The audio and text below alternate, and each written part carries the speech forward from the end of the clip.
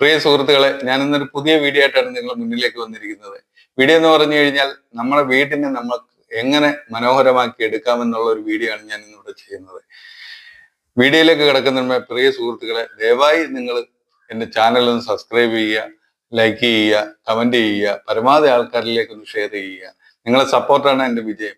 ഇനിയും നല്ല നല്ല വീഡിയോസ് ചെയ്യണമെന്നുണ്ടെങ്കിൽ നിങ്ങളെ സപ്പോർട്ട് കൂടിയേ പറ്റത്തുള്ളൂ.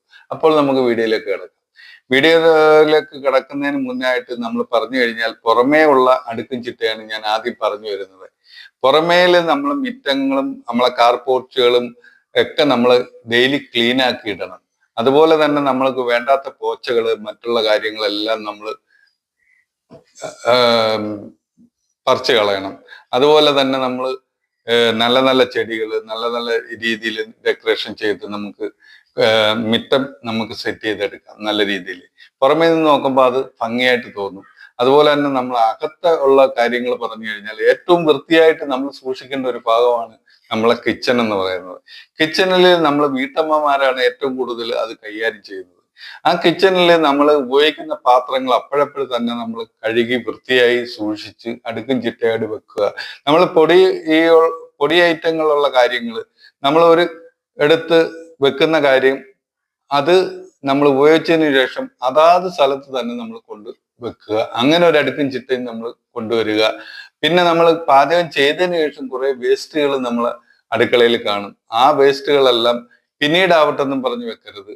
പാചകം ചെയ്ത് കഴിഞ്ഞാൽ ഉടനെ തന്നെ അത് നമ്മൾ തൂത്ത് പുറമേ കളയുക.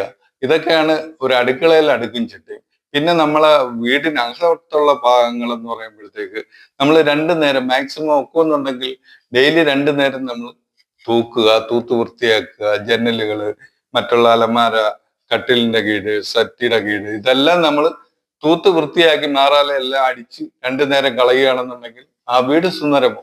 അതുപോലെ തന്നെ ആ വീട്ടിൽ ഒരു അടുക്കും ചിട്ടയും നമ്മൾ മെയിനായിട്ട് കൊണ്ടുവന്ന നമ്മുടെ ജീവിതത്തിന് ഒരു അടുക്കും ചിട്ട ഉണ്ടാവും, നമ്മളെ കുട്ടികൾക്കും അടുക്കും ചിട്ട ഉണ്ടാവും.